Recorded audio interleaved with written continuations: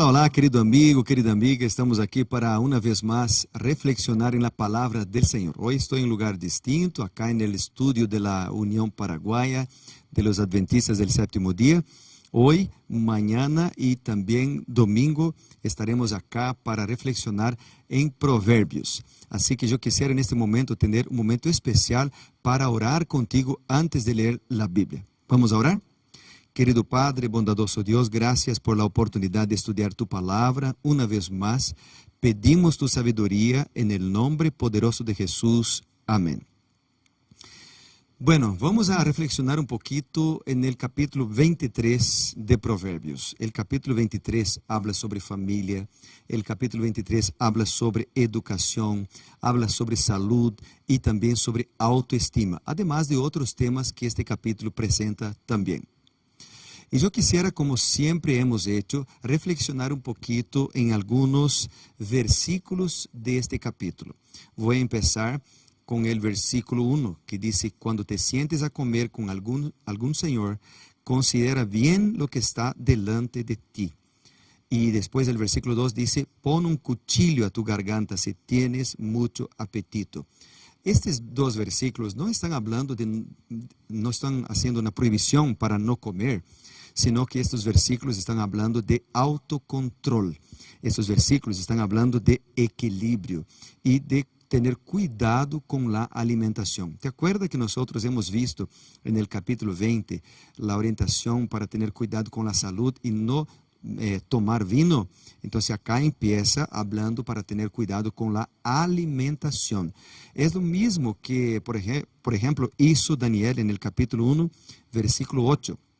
Cuando dice: Daniel propuso en su corazón no contaminarse con la porción de la comida del rey, ni con el vino que él bebía. Ser temperante, tener templanza en la comida y en la bebida. Este principio en el capítulo 23 se repite no solamente acá, sino que más adelante. Por ejemplo, cuando miramos el versículo 20, dice: no te juntes con los bebedores de vino, ni con los comilones de carne.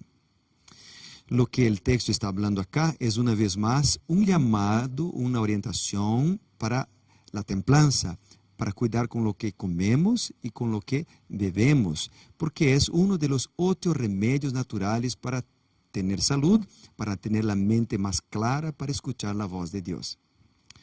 Y después el capítulo presenta, desde el versículo 29 hasta el versículo 35, una reprensión, una amonestación en contra la bebida que contiene alcohol. Entonces, desde el versículo 29 empieza a hacer preguntas. ¿Para quién serán los ayes? ¿Para quién el dolor? ¿Para quién las rencillas? Etcétera, etcétera. Y el versículo 31 entonces recalca y dice: no mires el vino cuando rojea, cuando resplandece su color en su copa.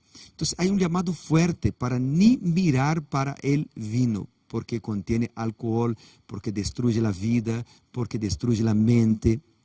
Podemos decir, por lo tanto, que el capítulo 23 hace un llamado para que cada uno de nosotros podamos cuidar de nuestra salud.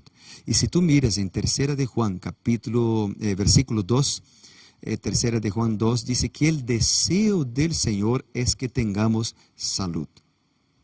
Y si Dios desea que tengamos salud, por supuesto, Él nos ayudará a cuidar de nuestra salud. No tengas miedo, no tengas duda de que Dios te podrá ayudar a cuidar del templo del Espíritu Santo que sos vos. Otros versículos que yo quisiera mencionar aquí, por ejemplo, es el versículo 4, que dice: no te afanes por hacerte rico, sé prudente, has de poner tus ojos en las riquezas que son nada. Un consejo para que tengamos prudencia y no tengamos envidia. El versículo 7 dice: ¿cuáles son sus pensamientos? Tal es Él. Es una declaración de que nosotros somos guiados por nuestros pensamientos. La verdad que nosotros pensamos, planificamos y después actuamos.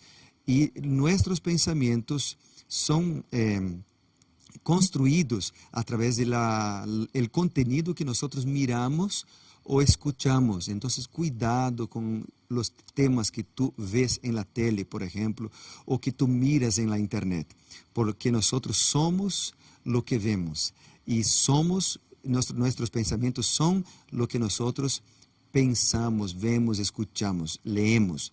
Entonces, cuidado, hay acá un llamado para cuidar con el contenido que hemos puesto delante de nosotros.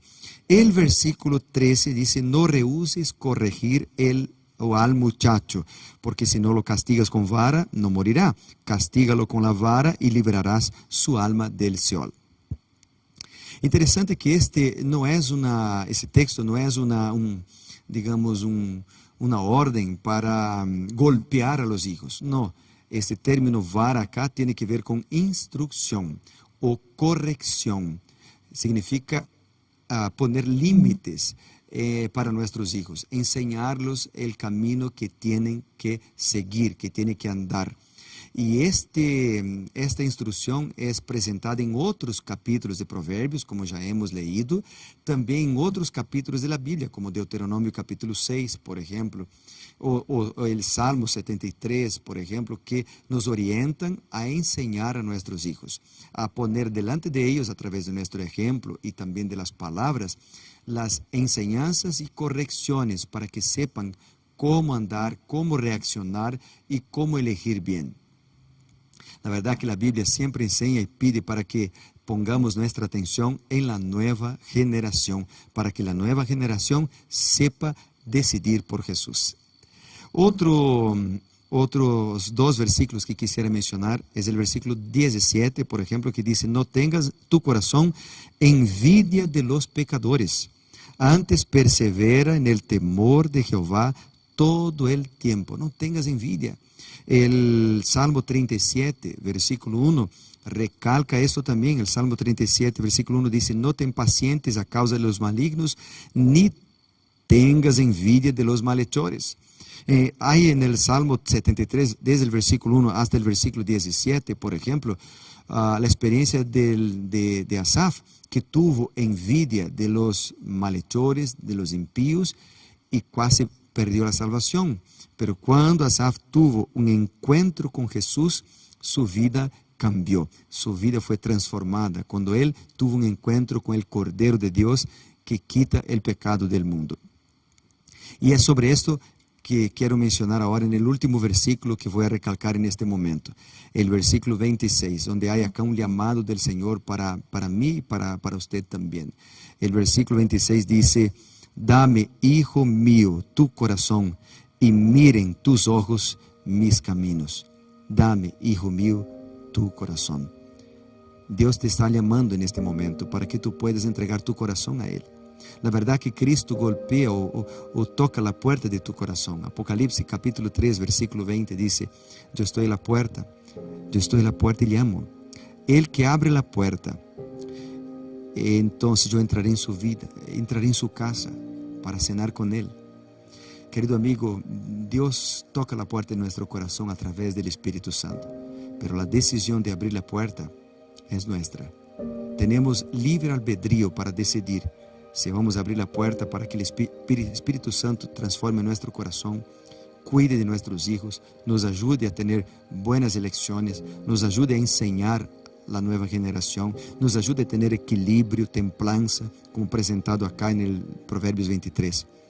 Solo con la ayuda del Señor es posible tomar buenas decisiones, hacer buenas elecciones. Yo te invito ahora, en este momento, no importa quién eres, qué estás haciendo, a tomar una buena decisión por Jesucristo. Dios te está llamando en este momento. Vamos a entregar nuestro corazón a Él. Vamos a abrir la puerta de nuestro corazón para Cristo. Quiero orar por vos en este momento, por este motivo. Querido Padre, bondadoso Dios, gracias por la oportunidad que nos das de estudiar tu palabra cada mañana.